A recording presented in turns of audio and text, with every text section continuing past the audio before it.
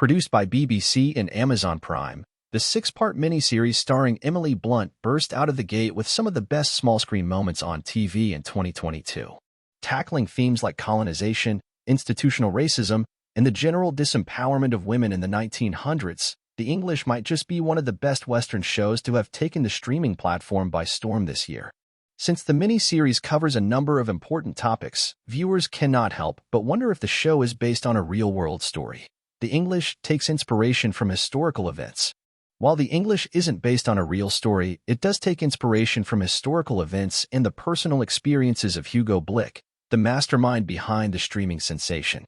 As a young boy, Blick was sent to live with a friend in Montana, a retired United States Air Force captain and Olympic gold medalist. When speaking about his personal experience, Blick said, "He taught me how to hunt, shoot, spin a horse, a sort of gear to my Jeremiah Johnson. We also cut wood commercially. Our contracts came from the government to supply those most in need." In the interview, Blick also talked about all the research that went into bringing the show to life.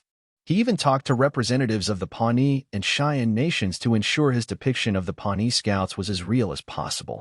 Real-life Pawnee Cavalry Scouts inspired the character of Eli Whip. The character of Eli Whip, played by Chasky Spencer, was inspired by real-life Pawnee Cavalry Scouts.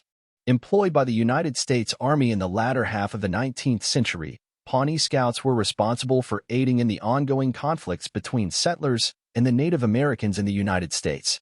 The Pawnee tribe, in the 19th century, was composed of independent bands, namely the Kikahaki, Chowie, Pitahoarada, and Skeety. These bands inhabited several villages which constituted the basic social unit of the Pawnee people.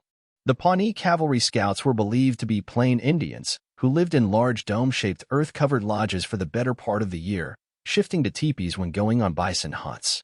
Pawnee women were skilled at raising corn, maize, squash, and beans. They were also very skilled in pottery making.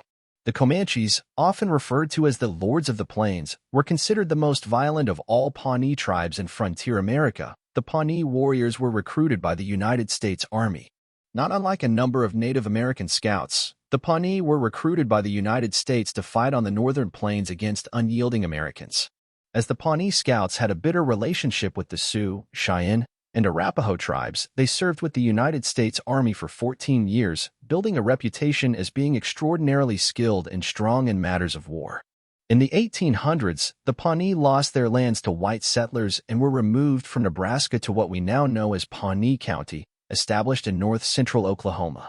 What happened to the Pawnee tribes? The Pawnee tribes still exist and can be found across the United States as well as in other foreign countries. They are known for their rich culture, fascinating myths, and elaborate religious rites. According to a recent consensus, the number of tribal members is around 3,200. Since The English is a mini-series following the story of a specific character, it doesn't go too much into the history of the Pawnee people, but their representation is significant and feels authentic.